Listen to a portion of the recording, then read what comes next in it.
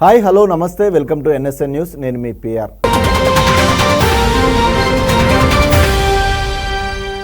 ఆలయాల్లో నిత్యం చోరీలకు పాల్పడుతున్న దుండగులను సిద్దిపేట జిల్లా చిన్నకొడూరు పోలీసులు అరెస్టు చేశారు. సిద్దిపేట కమిషనరేట్ కార్యాలయంలో ఏర్పాటు చేసిన మీడియా సమావేశంలో ఏసీపీ మధు చోరీ వివరాలు వెల్లడించారు. చిన్నకొడూరు మండలం రామునిపట్ల వద్ద తనిఖీలు నిర్వహించిన పోలీసులకు అనుమానాస్పదంగా సిద్దిపేట వైపుకు వెళ్తున్న 2 వ్యక్తులను తనిఖీ చేశారు. పోలీసులు చూసిన దుండగులు పారిపోయేందుకు యత్నించారని చెప్పారు. దీంతో వెంబడించి పట్టుకోగా తాము ఆలయాల్లో దొంగతనాలకు పాల్పడినట్టు ఒప్పుకున్నారని వివరించారు. నిందితుల నుంచి 7.5 తులాల బంగారం, 182 తులాల వెండిలతో పాటు 2 సెల్ ఫోన్లను స్వాధీనం చేసుకున్నట్లు ఏసీపీ తెలిపారు.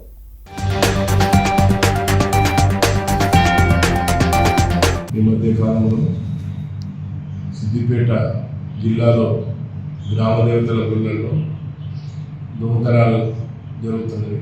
వీటిని అరికట్టడం కోసం సిద్దిపేట జిల్లా గౌరవ సిపి డాక్టర్ బి అనురాధ గారు, రూరల్ సిఐ గారి ఆధ్వర్యంలో, అదేవిధంగా సిసిసిఐ సంజయ్ గారి ఆధ్వర్యంలో, చిన్నకొడూరు ఎస్ఐ బాలకృష్ణ, రాజగోపాల్పేట ఎస్ఐ ఆసిఫ్ వీళ్ళ ఆధ్వర్యంలో పోలీస్ బలగాలను, పోలీస్ పార్టీలను ఏర్పాటు చేయడం జరిగింది. ఈ పోలీస్ పార్టీ టీమ్స్ను మీరు ఈరోజు రామునిపట్ల శివార్లో వెహికల్ చెక్ నిర్వహిస్తుండగా 2 వ్యక్తులు టీవీఎస్ బండి పైన మరియు హోండా హీరో స్కూటర్ పైన పోవచ్చు పోలీసులను చూసి పారిపోవడానికి ప్రయత్నం చేసినారు. వీళ్ళని పట్టుకొని విచారించగా ఒకరి పేరు బోదాస్ యాదగిరి, మరి వల్లపు శేఖర్గా తెలియపరిచినారు. వీరిని విచారించగా 23 దొంగతనాలను ఒప్పుకోవడం జరిగింది. వీరి దగ్గర నుండి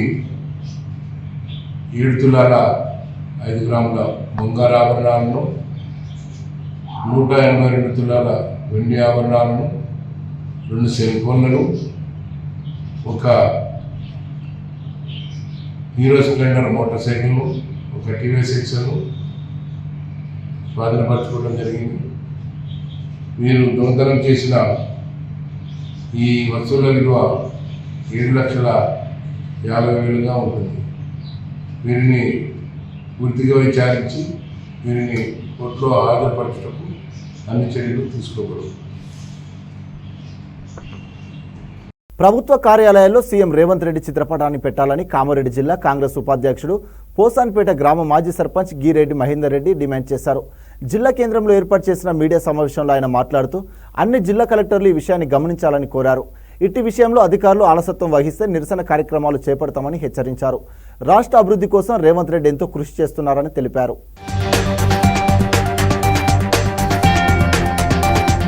గత వారం రోజుల నుండి హైదరాబాద్లో ద్వారా టికం భూములు కావచ్చు, ఎఫ్టీఎల్ కావచ్చు, కబ్జా కోర్లు చేసిన బిల్డింగ్లన్నీ నీలమట్టం చేయడం జరుగుతుంది. చాలా అర్చనీయం. ఈ విషయంలో రేవంత్ రెడ్డి గారు కావచ్చు, ప్రభుత్వ సలహాదారు షబ్బీర్ అలీ గారు కావచ్చు, వీళ్ళందరికీ ధన్యవాదాలు. మంత్రివర్గానికి ఇంకో విషయం మెయిన్గా ఇదే తెలంగాణ జిల్లాలలో ప్రతి మండలంలో కావచ్చు, ప్రతి గ్రామంలో కావచ్చు, ప్రతి మున్సిపాలిటీ, ముఖ్యంగా మున్సిపల్ పరిధిలో, కార్పొరేషన్ పరిధిలో ఈ అక్రమ కట్టడాలు బీఆర్ఎస్ ప్రభుత్వం గత 10 సంవత్సరాల నుండి ఆక్రమించుకొని వాళ్ళ కార్పొరేటర్లు కావచ్చు చాలామంది దౌర్జన్యం చేసి కబ్జాలు చేయడం జరిగింది. ఈ కబ్జాల నుండి విడిపించాలని చెప్పి కమిషనర్ గారి రంగనాథన్ గారిని కోరడం జరుగుతుంది. అదేవిధంగా రేవంత్ రెడ్డి గారిని, ముఖ్యమంత్రి గారిని కూడా విజ్ఞప్తి చేస్తున్నాం. అన్న, ఈ కట్టడాలు కూర్చొని చాలా మనకు గ్రౌండ్ రిపోర్ట్ చాలా బాగుంది. ఇదే విధంగా ప్రతి ఒక్కరి ఎవరైనా సరే ఏ పార్టీ అనకుండా అన్ని పార్టీల నాయకులకు ఎవరు ఉన్నా హైడ్రా ద్వారా తీసుకున్న చర్యలు అదేవిధంగా కొనసాగించాలని చెప్పి నేను కోరడం జరుగుతుంది. ముఖ్యంగా ఈరోజు కామారెడ్డి జిల్లాలో ప్రతి ప్రభుత్వ కార్యాలయంలో రేవంత్ రెడ్డి ముఖ్యమంత్రి చిత్రపటాన్ని పెట్టమంటే ఏ ఆఫీసర్ పెట్టడం లేదు. గత 10 సంవత్సరాల్లో అప్పటి సీఎం కేసీఆర్ ఫోటోలు ప్రతి మండలంలో, ప్రతి గ్రామ పంచాయతీలో పెట్టాలని చెప్పి చెప్పడం జరిగింది. ఒకవేళ గ్రామ పంచాయతీలో పెట్టకపోతే సస్పెండ్ చేస్తా అని చెప్పి చెప్పడం జరిగింది. దానికి ఉదాహరణ నేనే. నా గ్రామ పంచాయతీలో పెట్టా అంటే నన్ను సస్పెండ్ చేస్తా అని అప్పటి కలెక్టర్ కావచ్చు, అప్పటి డిపిఓ కావచ్చు నాకు చెప్పడం జరిగింది. నేను ఒకటే చెప్పిన, నా ఆఫీసు నా పరిధిలో కాబట్టి కంపల్సరీ నా ఇష్టం లేదు పెడతా అని చెప్పిన అది ఛాంబర్. కానీ ప్రభుత్వ కార్యాలయంలో ఈరోజు ఇప్పటి వరకు కూడా పెట్టలేదు. మన ప్రభుత్వం ఏర్పడి 8 నెలలైంది. గతంలో రాజశేఖర రెడ్డి కావచ్చు, ఎన్టీ రామారావు కావచ్చు, ఏ ముఖ్యమంత్రి అయినా ఫోటోలు పెట్టడం జరిగింది. ఈరోజు రేవంత్ రెడ్డి ఫోటో ఎందుకు పెడతలేరు ఆఫీసర్లు? కొందరు ఆఫీసర్లు అంటుంటే మాకు ఎవరైనా కొనిస్తారా, ఎవరు మాకు డబ్బులు ఎవరు ఇస్తారు, చిత్రపటాలు తీసుకురా అని పెడతామని వాళ్ళ నోరు కట్టి వచ్చినట్టు మాట్లాడుతుంది. ఒకటే విషయం విజ్ఞప్తి చేస్తున్నాం, కామారెడ్డి కలెక్టర్ గారికి విజ్ఞప్తి చేయడం జరుగుతుంది.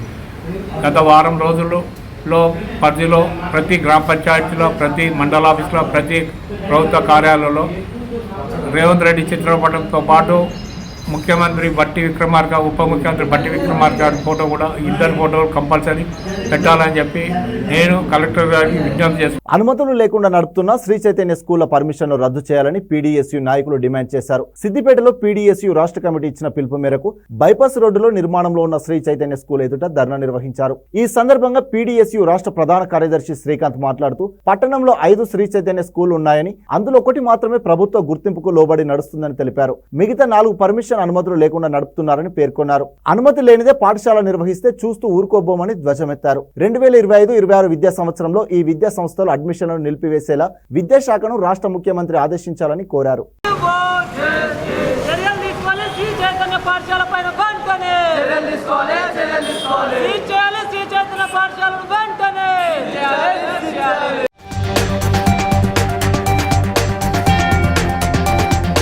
ఇవాళ సిద్దిపేట పట్టణంలో దాదాపు శ్రీ చైతన్య బ్రాంచ్లు 5 శ్రీ చైతన్య బ్రాంచ్లు నడుస్తున్నటువంటి స్థితి ఉంది.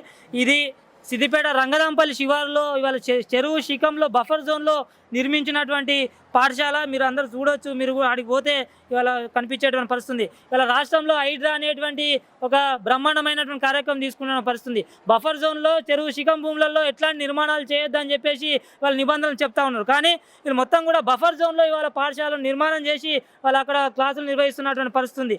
ఇవన్నీ కూడా మొత్తం కూడా రంగదంపల్లి చెరువు శిఖం భూములలో ఇవన్నీ కూడా పాఠశాలను నిర్మాణం చేసి అక్కడ పాఠశాలను కొనసాగిస్తున్నటువంటి పరిస్థితుంది.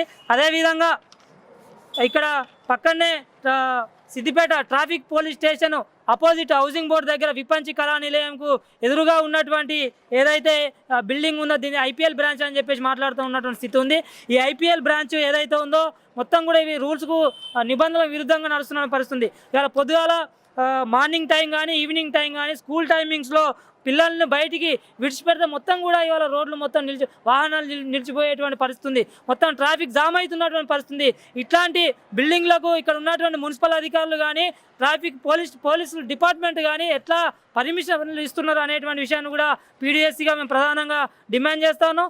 అట్లాగే ఈ ఎన్నుకున్నటువంటి ఈ బిల్డింగ్లో మొన్న జరిగినటువంటి ఇష్యూ ఏదైతే ఉందో, భోజనం మేము తినలేము, ఈ భవనంలో మేము ఉండలేము బాబోయ్ అని చెప్పేసి ఉంటున్నటువంటి విద్యార్థులు మొత్తుకుంటున్నటువంటి పరిస్థితి. ఇవన్నీ కూడా వార్తా కథనాలు వచ్చినటువంటి స్థితి ఉంది. ఈ వార్తా కథనాలు వచ్చినా కూడా ఈ జిల్లా డిఓ శ్రీనివాసరెడ్డి గారు ఇప్పటికి కూడా కనీసంగా ఈ స్కూల్ను విజిట్ చేసినటువంటి పరిస్థితి లేదు. ఇవాళ కనీసంగా భోజనాన్ని మార్చినటువంటి స్థితి లేదు. పైగా ఇవాళ చెప్పినటువంటి వాళ్ళ గోర్ను మీడియాతోని విద్యార్థి సంఘాల నాయకులతోని వెళ్ళబుచ్చుకుంటున్నటువంటి విద్యార్థులను ఇవాళ మొత్తం కూడా పైపులతోని కట్టెలతోని వాళ్ళ టార్గెట్ చేసి వాళ్ళను దండిస్తున్నటువంటి పరిస్థితుంది. భౌతికంగా వాళ్ళ మీద కొడుతున్నటువంటి పరిస్థితుంది. ఇవన్నీ కూడా నిబంధనలకు విరుద్ధంగా ఇవాళ చైతన్య యాజమాన్యం మేము ఏమైనా చేయగలుగుతాం, ఎంతైనా మేము మాట్లాడగలుగుతాం అనేటువంటి స్థితిలోకి ఇవాళ నెట్టబడ్డరు. కాబట్టి అక్షరాల పైన లక్షల వ్యాపారం చేస్తే పీడీఎస్సీ విద్యార్థి సంఘంగా సహించబోము అనేటువంటి విషయాన్ని కూడా ఈ సందర్భంగా గుర్తు చేస్తూ విద్యార్థులు ఎదుర్కొంటున్నటువంటి సమస్యల మీద పరిష్కరించాలి. అట్లాగే నిబంధనలకు విరుద్ధంగా బఫర్ జోన్లో రంగదంపల్లి దగ్గర నిర్మాణమైనటువంటి అది ఏదైతే ఉందో తక్షణమే మున్సిపల్ అధికారులు కానీ జిల్లా కలెక్టర్ కానీ స్పందించి దాన్ని తనిఖీ చేయాలి, సందర్శించాలి. అట్లాగే దీన్ని సీజ్ చేయాలి అని చెప్పేసి కూడా ఈ సందర్భంగా డిమాండ్ చేస్తా ఉన్నాం. ఐపీఎల్ బ్రాంచ్ ఏదైతే ఉందో విపంచి కళా నిలయం పక్క పొంటి ఉన్నటువంటి ఎదురుగా ఉన్నటువంటి బ్రాంచ్ మీద కూడా చర్యలు తీసుకోవాలి అనేటువంటి విషయాన్ని కూడా పీడీఎస్సీగా డిమాండ్ చేస్తా ఉన్నాం ప్రధానంగా. ఎమ్మెల్సీ కవితకు బెయిల్ మంజూరు రావడంతో సిద్దిపేట పట్టణ కేంద్రంలో బీఆర్ఎస్ నాయకుల ఆధ్వర్యంలో టపాసులు పేల్చి సంబరాలు చేసుకున్నారు. కవితకు మద్దతుగా పెద్ద ఎత్తున నినాదాలు చేశారు. ఈ సందర్భంగా బీఆర్ఎస్ నాయకులు మాట్లాడుతూ లిక్కర్ స్కామ్ అని కుట్రకోణంతో పెట్టిన కేసులో దాదాపు 5 నెలల పాటు తీహార్ జైలులో గడిపారని, సుప్రీంకోర్టు కవితకు బెయిల్ మంజూరు చేయడం ఆయా పార్టీలకు చెంపపెట్టు లాంటివని పేర్కొన్నారు.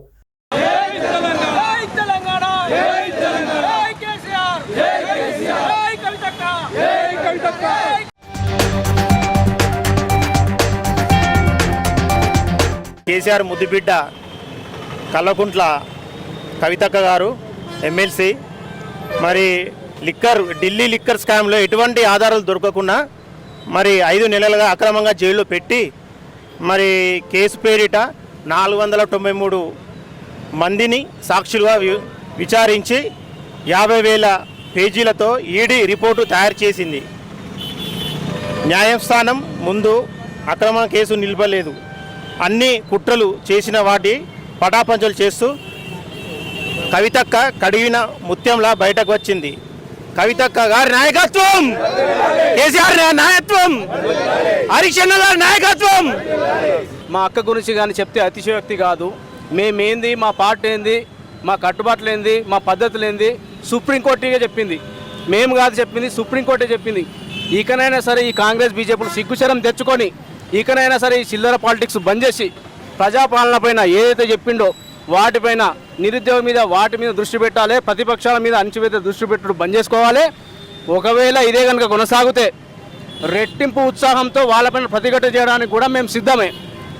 మాకు ఎటువంటి చిల్లర రాజకీయాలతో సంబంధం లేదు. కానీ మమ్మలను కావాలని చెప్పి మమ్మల్ని డైరెక్ట్ ఎదుర్కోలేని పరిస్థితిలో ఇలాంటి చిల్లర రాజకీయాలకు పాల్పడితే ఈ తాటాకు చప్పులకు భయపడదు ఎవ్వరు లేరు.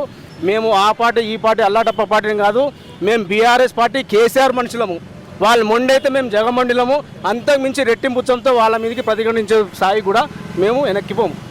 అసలు విషయం ఏంటంటే కేసీఆర్ గారిని బీఆర్ఎస్ పార్టీని ఏం చేయలేక, ఏం పీకలేక, ఏం చేతగాక అక్క మీద అన్యాయంగా బోగస్ కేసులు పెట్టి అన్యాయంగా 165 రోజులు ఇబ్బంది పెట్టారు.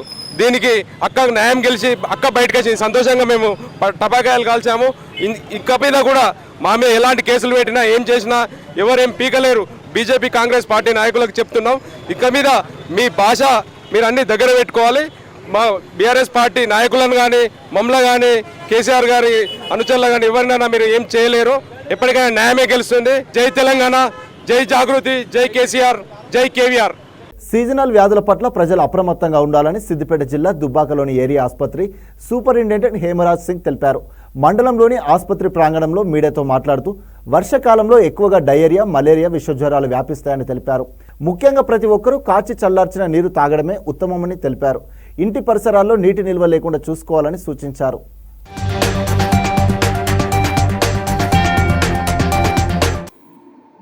ఈ రోజులలో మనకు సీజనల్ డిసీజెస్ అంటే వైరల్ ఫీవర్స్ కానీ, డయేరియా కానీ, వామిటింగ్స్ కానీ వచ్చే అవకాశాలు ఎక్కువ ఉన్నాయి.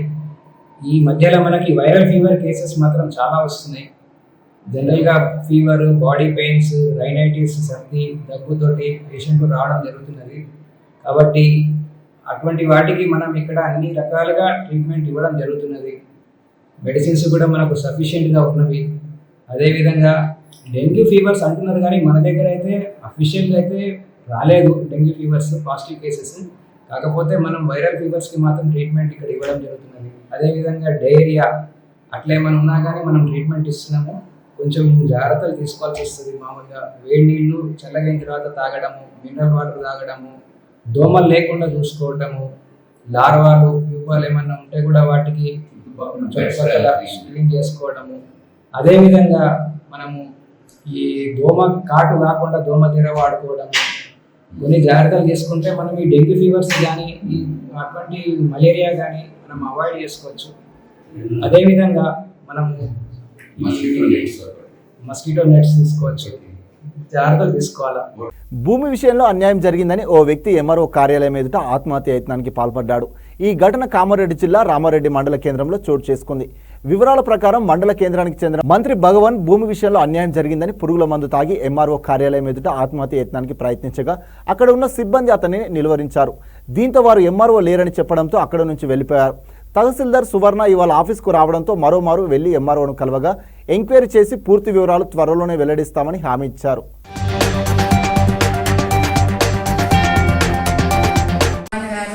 ఆత్మహత్య చేసుకుంటా అని తహసీల్దార్ కార్యాలయానికి వచ్చినారు. వారి యొక్క సమస్య గవర్నమెంట్ ల్యాండ్ గురించి ఉంది. దానిపై ఎంక్వైరీ చేసి పై ఆఫీసర్లకు తదుపరి చర్య నిమిత్తము ఎంక్వైరీ రిపోర్టు పంపుతాం.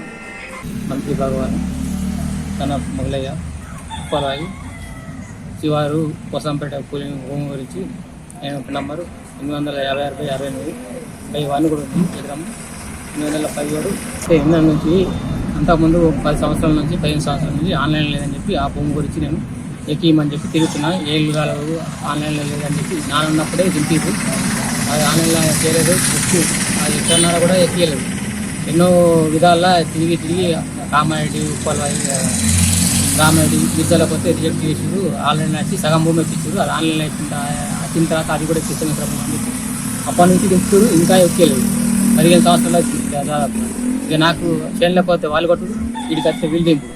ఇదేం బాధ అని చెప్పి లాస్ట్కు మొన్న కూడా అర్థం మీకు కొట్టిరు. అది సరే వేరే ఆ భూమి ఈ భూమి ఇవన్నీ కథ లెక్కలనే మొత్తం నేనే ఏదైనా ఒకటి చేసుకుంటా అని చెప్పి భూమి ఎక్కి లేకపోతే ఏదైనా ఒకటి చేస్తున్నాను కొన్ని రిస్క్ వచ్చి ఇప్పుడు వీడియో ఉన్నా. ఇప్పుడు అప్డేట్ నేను అది ఆ రిస్క్ వచ్చి మా పురుగుల మంది చచ్చిపోదాన్ని రెడీ అయ్యి అక్కడ ఉంటే ఇప్పుడు కాపాడినాను.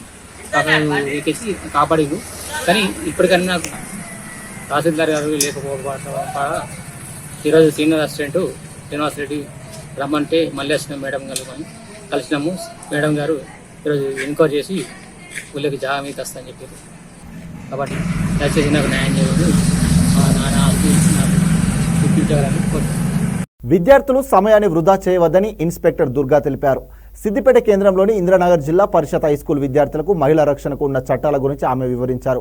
ఈ సందర్భంగా ఆమె మాట్లాడుతూ అపరిచిత వ్యక్తుల మాటలు నమ్మవద్దని సూచించారు. మహిళా రక్షణకు పెద్దపీట వేయడం జరిగిందన్నారు. జిల్లా వ్యాప్తంగా అన్ని స్కూళ్లలో షీటింగ్ ఫిర్యాదు బాక్సులను ఏర్పాటు చేస్తామన్నారు. ఏ విధమైన సమస్యలు ఉన్నా చిట్టి రాసి అందులో వేయాలని సూచించారు. చదువుకునే సమయంలో చెడు అలవాట్లకు బానిసలు కావద్దని చెప్పారు. ప్రతి ఒక్కరూ చదువుపై దృష్టి సారించాలన్నారు. ఇష్టపడి చదివి మీరు ఎంచుకున్న లక్ష్యాలను సాధించుకోవాలన్నారు.